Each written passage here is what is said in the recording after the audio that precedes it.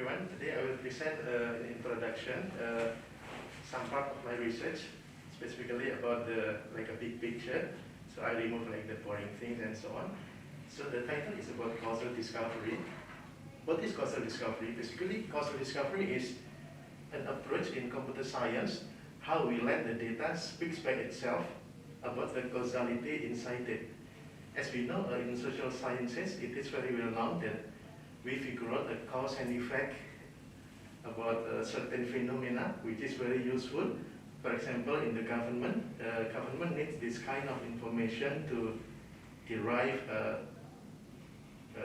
correct policy, like to increase the life satisfaction and so on. So this is likely about marriage, about marriage of computer science and social sciences. Yeah, this is the picture of what I call a causal graph. This is a representation of causalities.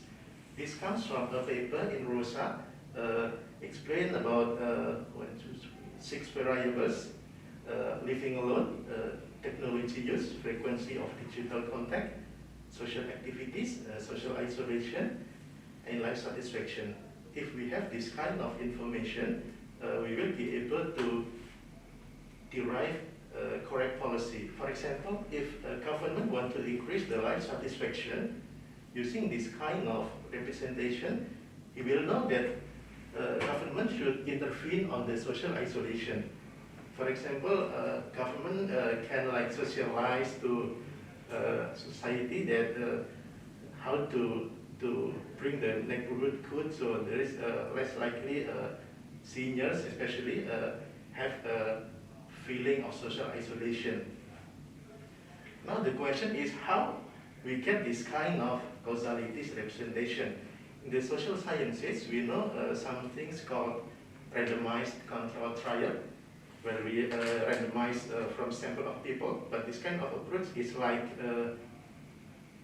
time-consuming, also sometimes it's unethical. For example, you want to randomize a group of people, some of them smoking, some of them not smoking, and after randomization, we should push someone who is not smoking to smoking, and in other time we can push someone which is not smoking to smoking. So this unethical sometimes. So causal discovery come to rescue this kind of situation.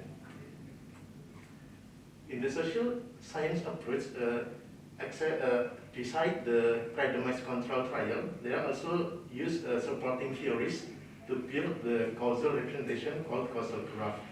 But this kind of approach have some limitation. For example, because we should depend on theories, so we will be very limited to create a causal graph of many variables. And also, if the theories is unavailable, they should depend on very careful assumptions.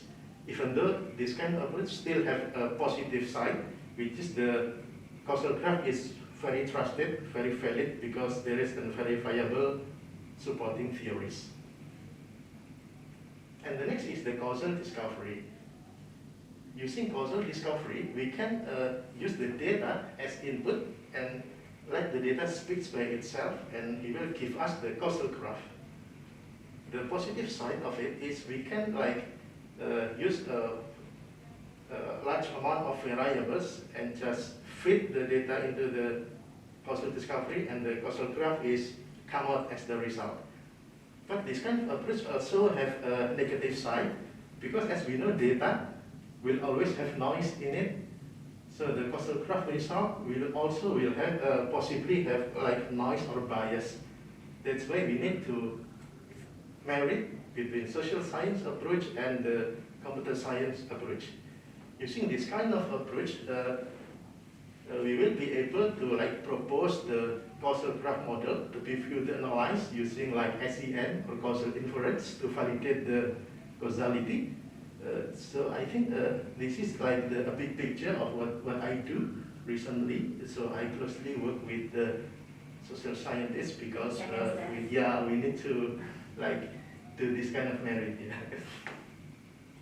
Yeah, that's all.